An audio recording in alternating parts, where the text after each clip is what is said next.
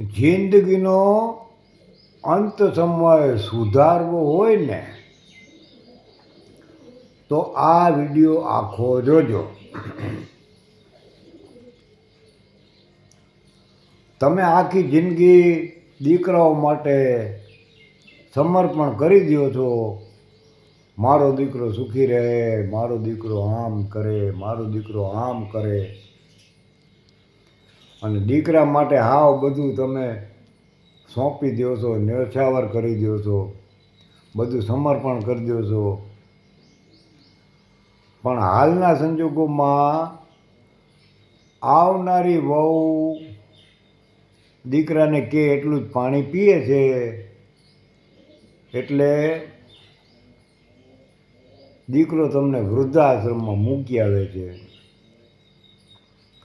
પણ હું તો એમ કહું છું કે તમે જિંદગીમાં જેટલું બી કમાણા ને એ બધું કોઈને દેતા નહીં, તમારી પાસે રાખશો તો વૃદ્ધાશ્રમમાં તમારે જવાનો વારો નહીં આવે.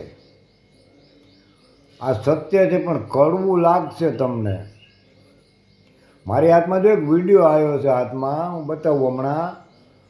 એમાં એના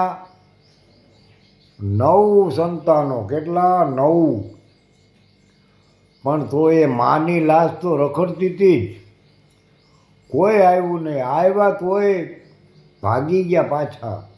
જો આ વિડીયો હાથમાં આવ્યો છે, જોજો, પૂરો જોજો અને નક્કી કરજો કે સત્ય વાત છે.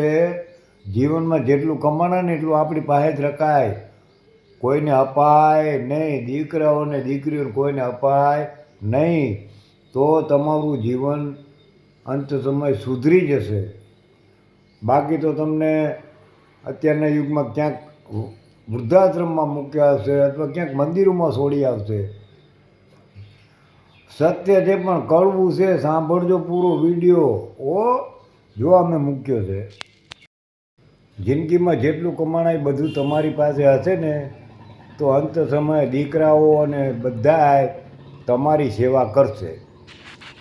માનવતા મરી પરવારી હોય એવો કિસ્સો ફરી એકવાર સામે આવ્યો છે, જ્યાં એક વૃદ્ધાનું મોત થતાં તેના 9 સંતાનોમાંથી કોઈ પણ સંતાન અગ્નિ સંસ્કાર માટે આગળ ન આવ્યું.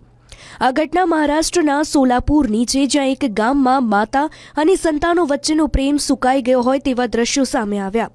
વૃદ્ધાને 8 દીકરીઓ અને એક દીકરો છે. દીકરીઓએ 8 એકરની મિલકત પોતાના કબજામાં લઈ લીધી. બાદમાં માતાને મંદિરમાં છોડી દીધી. જ્યારે માતાના મોતના સમાચાર મળ્યા ત્યારે 9 સંતાનો ત્યાં આશ્રમમાં આવ્યા. તેમાંથી 5 દીકરીઓ અને તેનો ભાઈ ત્યાંથી જતા રહ્યા અને અન્ય 3 દીકરીઓ ત્યાં હાજર હતી. પણ એવું કહીને એમણે પણ ચાલતી પકડી કે જોઈએ શું થાય છે. આ દરમિયાન પ્રાર્થના ફાઉન્ડેશનના સ્ટાફે અમૃત માતાના અંતિમ સંસ્કાર કર્યા હતા. હાલ આ ઘટનાનો વિડીયો વાયરલ થઈ રહ્યો છે અને લોકોમાં પણ ભારે આક્રોશ ફેલાયો છે.